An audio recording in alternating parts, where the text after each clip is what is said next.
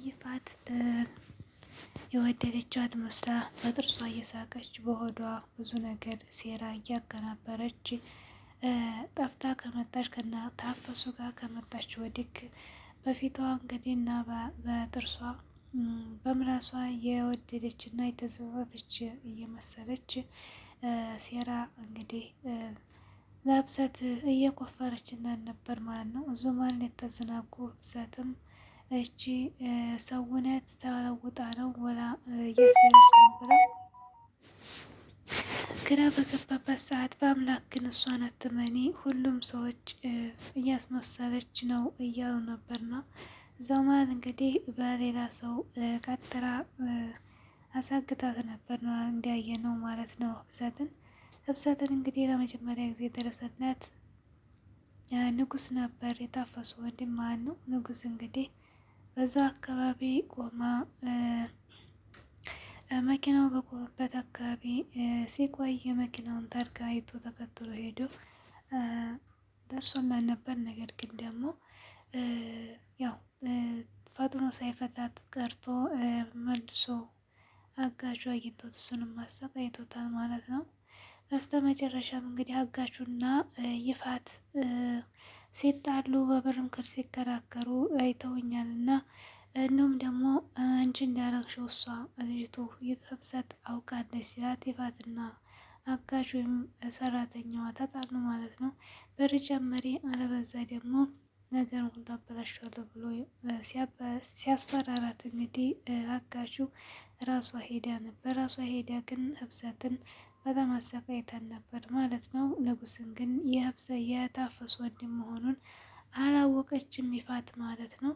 ከዚያም እንግዲህ ማስፈራታን ነበር ወደ ቤት የመጣችው። በአምላክ እንደሚወድሽ አውቃለሁ ስለዚህ ከተናገርሽኝ እንደ አሳገትኩሽ ተተናገርሽ ህብሰት እንግዲህ በአምላክ ይወድሻል እንደሚወድሽ ለዓለም ነገር እንዲያስገድለው አደርጋለሁኝ። ስለዚህ በአምላክን ተወደድሽው እንግዲህ አንቺ ሚስጥር ጠብቂ ብላ አስፈራርታን ነበር ወደ ቤት የመጣችው። ወደ ቤት ስትመጣ እንዳላወቀ እንግዲህ እያስተናገደቻት እና እየተቀበለቻት ነበር ማለት ነው። ህብሰትም እንግዲህ አምላክን እንዲህ ነገር እንዲሆን አትፈልግም እና ዝም ብላ ነገሩ እንዲባብቃ ሆዷም በሆዷ ብላ ተቀምጣ ነበር ማለት ነው። ከዚያም ወዲህ እንግዲህ ወደ እነ ታፈሱ ቤት እየመጣች ከንጉስ ጋር ትገናኝ ነበር። ንጉስ እንግዲህ መጀመሪያ እዛ ሄዶ ማገኘቱ በአምላክ ወደ ሌላ እያዞረው ነው። እንግዲህ እሱን ደረሰላት፣ እኔ ሳልደርስላት ንጉስ ደረሰላት። ስለዚህ ንጉስን የምትወደው እያለ እንግዲህ በራሱ አስተሳሰብ በጣም የተጨናነቀ ነበር በአምላክ ማለት ነው። እንግዲህ ንጉስና ህብሰት በጣም ሲቀራረቡ በጣም የፍቅር ግንኙነት ያላቸው ይመስላሉ ማለት ነው። እንግዲህ በጣም ወዷታል ንጉስ ማለት ይቻላል። ወደ ሀገሩም ለመመለስ ልቤ አንቺን ጥሎ አልሄድም አልቻልኩም እያለ እንግዲህ ግራ እየገባው ይገኛል። እዚህ መሀል እንግዲህ ሲገናኙ ደግሞ በጣም በቅናት እየሞተ ነው በአምላክ ማለት ነው። እሱ ጋር እንድትገናኝ አይፈልግም ነበር። ነገር ግን ደግሞ እሷ የዋለላትን ውለታ ለመክፈል እንግዲህ እየተጠጋጋችው ትገኛለች ማለት ነው። እሱም ደግሞ ወደ ገጠር ለመመለስ እንግዲህ ህብሰት እየሞዱ ግራ ገብቶታል ንጉስ ማለት ነው። ከዚያም ወዲህ እንግዲህ ይፋት ያው ባለፈው ቃል ተጋብቶ ነበር። አንቺ ካልሆንሽ እኔ እግርሽ ስር ወድቄ ይቅርታሻል እጠይቅሻለሁ ነበር በአምላክ ያላት ማለት ነው።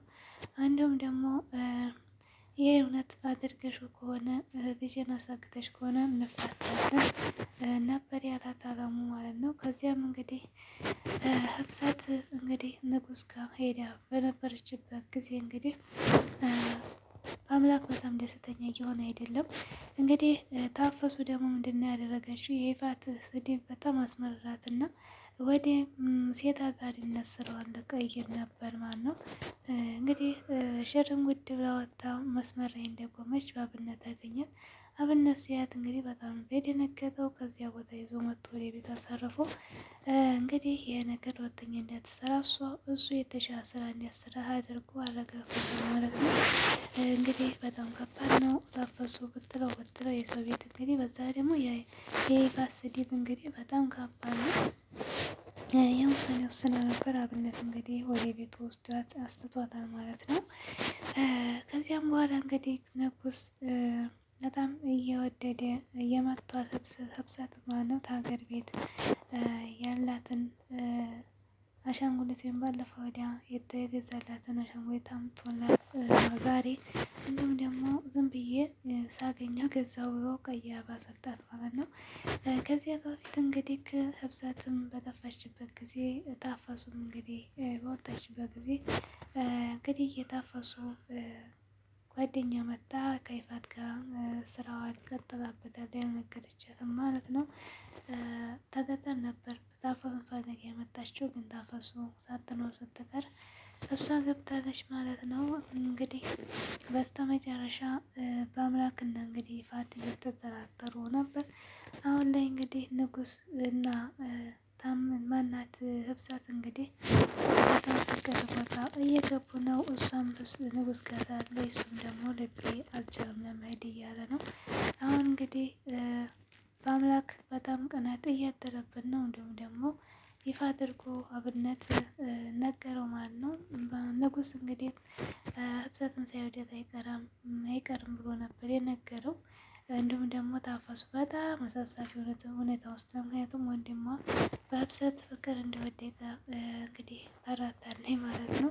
እሷንም እንግዲህ ነግራት አወደዋለሁኝ እያለቻት ነበር ማለት ነው። እንዴት እንደዚህ ሆና ስትላት በአምላክ እኮ ፍቅሩን አልገለጸልኝም እያለች እንግዲህ ስታማው ድንገት በር ከፍቶባታል ማለት ነው። እናም እንግዲህ ይፋት ህብሰትና በአምላክን አቅርባ ካለሙ ጋር ቁጭ በሉ ካለች በኋላ ምንድን ነበር የጠየቀችው? ባለፈው አንቺ ካልሆንሽ ያሳገሻት ተከታተልሻለሁ ብላኝ ነበር ስትለው በአምላክን ትናገር ሀቁን ተናገሪ እኔም ቃሌን አከብራለሁ ነበር ያለው አቶ አለሙ። ምንድነው ቃል ስትለው እንፋታለን ያልኩትን ነበር ያለው። እንግዲህ እንፋታለን ሲል እንግዲህ ይፋት ተወው በቃ ሁሉም ይቅር ይቅርታውም ይቅርብኝ ነበር ያለችው። ነገር ግን እንግዲህ ህብሰትም ሀቁን አልተናገረችም ማለት ነው። ግን በኋላ ለእንትና ለበአምላክ ነግረዋለኝ እንደዛ እሱን አስገድያለሁ ማለት ነው። ሁሉ ነገር ነግረዋለኝ ማለት ነው። ከዚያም እንግዲህ እሷንም አስፈራራታል። ታሁን በኋላ ጫፌ እንዳትነኪ በአምላክ አይወደኝም አባቴ ሌላ ሰው ሊድረኝ ነው ሌላ ሰው ሊድረኝ ነው። ስለዚህ ታሽን በትንሻለሁ ብላ እያስፈራራቻት ትገኛለች ማለት ነው።